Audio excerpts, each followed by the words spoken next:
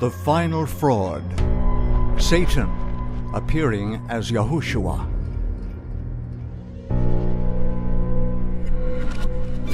The devil has worked within the Roman Catholic Jesuit order for nearly 500 years to perpetuate one huge fabrication.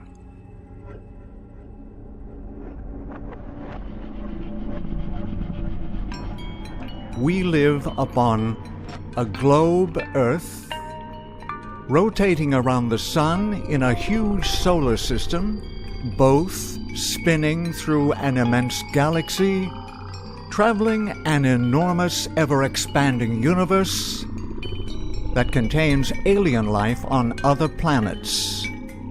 These beliefs are essential to Satan's complex end-time strategy. Demons, pretending to be aliens, will invade the earth under the first woe, which enables the last pope to broker a peace treaty with these stealthy demonic extraterrestrials. After the pope successfully halts the alien attacks, he will obtain a political appointment to head the new one-world religion.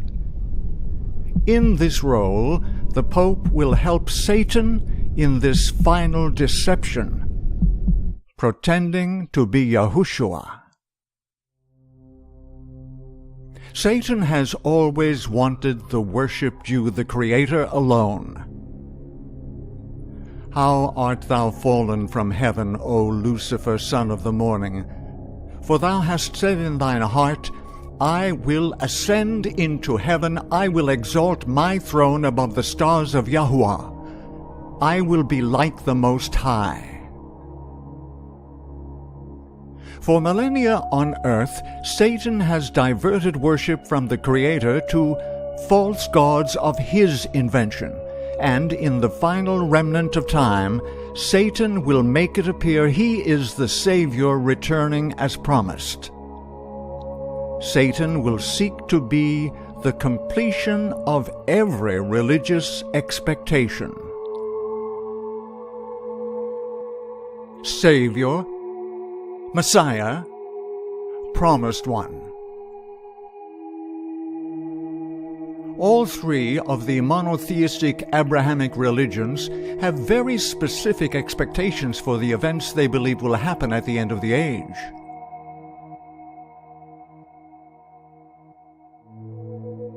Muslims expect to see the re-emergence of the hidden Imam, or Mahdi, just prior to the establishment of worldwide Islamic dominance.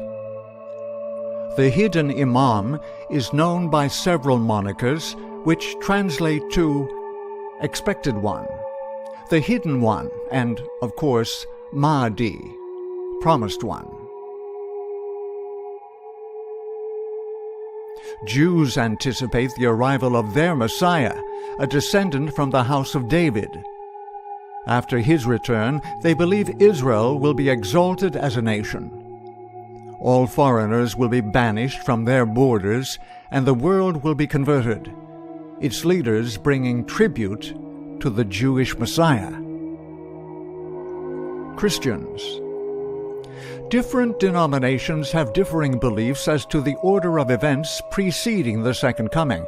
However, all Christians are united in looking for a return of Yahushua, the hope of every Christian now living. These Abrahamic religions are not alone in looking for a promised one to come visit this depraved world.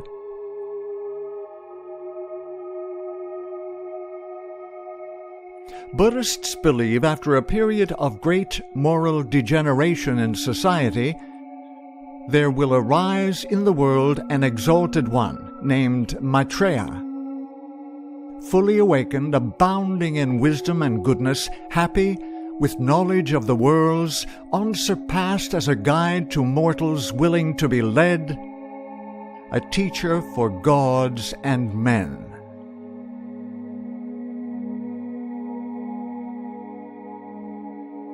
Hindus believe this present time period is the last of 4 ages, and the most morally depraved of these. At its end, They anticipate the final reincarnation of Vishnu as Kalki, riding a white horse to gather the few pious souls remaining.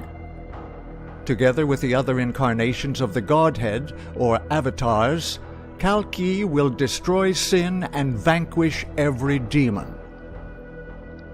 80% of the Earth's population live within these 5 religions. Satan, the mastermind behind every organized religion, has influenced so many through his own theological lies, he will create fictitious last-day scenes to meet this number's latter-day expectations.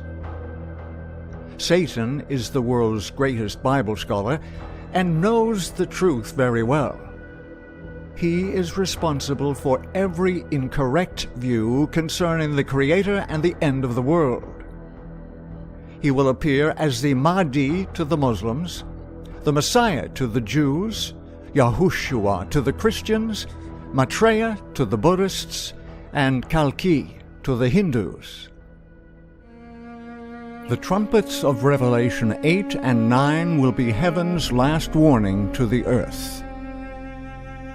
As deceptive as this sequence of events can be, we see the foundation for that which is to follow: the impersonation of the Saviour by his arch-enemy. The world will be thrown into unprecedented chaos during the 3.5-year period between the first and second woes. Satan desires the masses turn to their religious leaders to make sense of the catastrophic events unfolding around them. Thus, he reshapes the thinking of all by the few. The horrific events under the first woe have been intentionally designed so that Satan's impersonation of Yahushua will be wholeheartedly believed. As the crowning act in the great drama of deception, Satan himself will personate Christ. The Church has long professed to look to the Saviour's advent as the consummation of her hopes. Now the great deceiver will make it appear that Christ has come. In different parts of the earth, Satan will manifest himself among men as a majestic being of dazzling brightness, resembling the description of the Son of Yah given by John in the Revelation. The glory that surrounds him is unsurpassed by anything that mortal eyes have yet beheld. The shout of triumph rings out upon the air. Christ has come! Christ has come! The people prostrate themselves in adoration before him, while he lifts up his hands and pronounces a blessing upon them, as Yahushua blessed his disciples when he was upon the earth.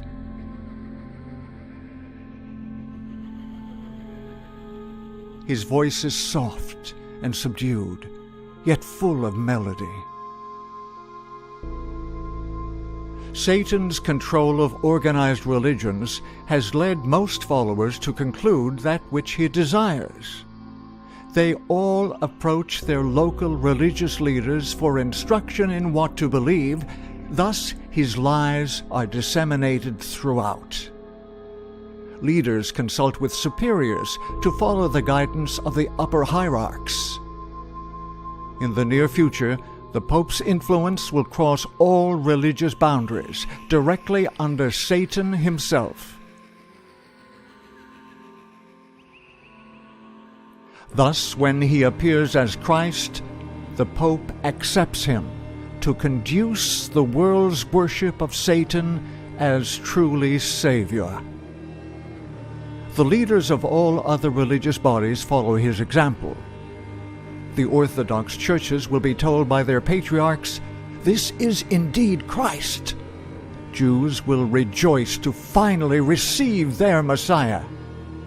Muslims will thank Allah for sending their promised one. Buddhists accept him as Maitreya. Hindus as the prophesied Kalki. Christian leaders assure their sheep, The beautiful being they see, closely matching the description of Yahushua given in Revelation, is the long-awaited Savior of the world. All will insist, "This is the Christ." All who disagree are considered radicals, yet this is precisely how the people of Yah respond.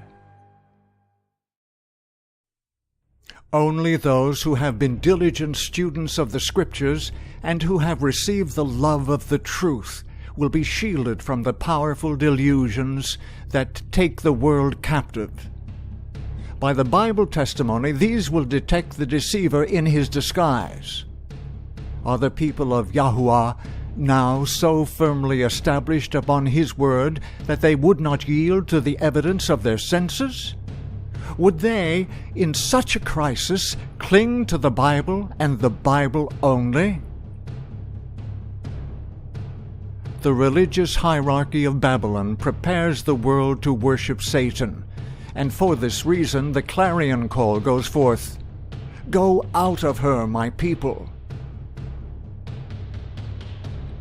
The sincere in heart flee Babylon, no longer influenced by hierarchical human control. During the second woe, the Bible foretells the death of 1/3 of humanity. Yahuwah, in great love and mercy, does not allow Satan's destruction to fall before all have heard the clarity of the gospel message once again. Satan's imposture occurs before the destruction of the second woe, while heaven's truth resounds throughout the earth. As the world's masses follow the example of religious leaders and bow before Satan, great will be the indignation felt against all who refuse to act accordingly. The small remnant stand boldly for the truth while denouncing the counterfeit, and face harsh persecution. As the world's masses bow before Satan, their Saviour, and persecution for non-compliance increases, then those found under political control are obliged to accept Satan as their Messiah.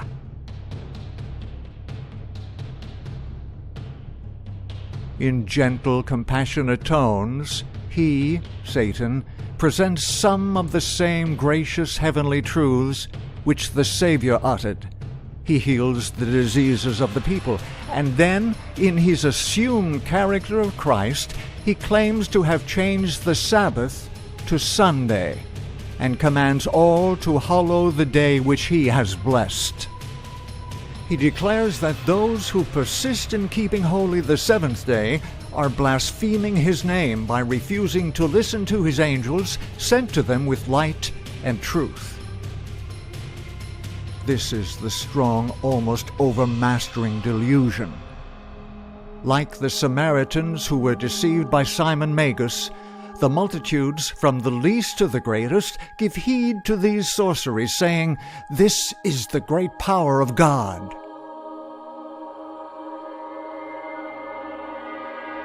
It is impossible to grasp the sheer hatred felt against all who steadfastly refuse to bow to this satanic counterfeit.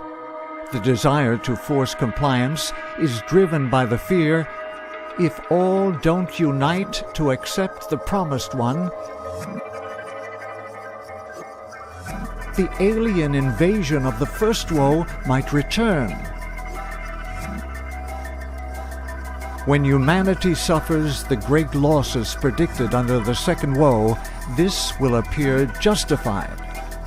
Many will be martyred for refusing to go along with the mass hysteria, when, lending an air of believability, demons appear and impersonate prominent religious leaders of the past, including the 12 apostles, with other prophets, and the 12 Israelite patriarchs.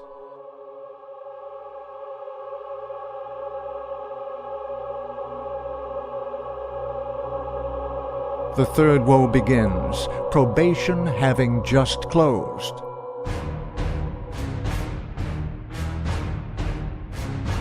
All holy and righteous will remain thus, as those having persisted in rebellion against heaven are filled with a satanic zeal unprecedented in Earth's history, which steadily increases under the 7 last plagues.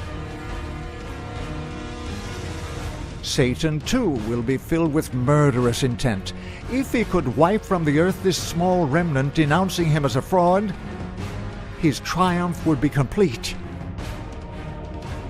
The malevolent impostor coerces world leaders to enact a law declaring, "All who refuse to bow and worship Christ shall be put to death." The faith of the remnant, although sorely tested, will not fail them, as with extreme spiritual thirst they remain standing in obedience to see their beloved Saviour at His appearing. These shall continue to abide in peace and boundless joy, as Him who is the water they seek grasps their steadfast loving desires, and will call to wed for all eternity those who have forsaken all for Him whom they have loved. He will swallow up death in victory, and Adonai Yahuwah will wipe away tears from off all faces. And the rebuke of His people shall He take away from off all the earth, for Yahuwah hath spoken.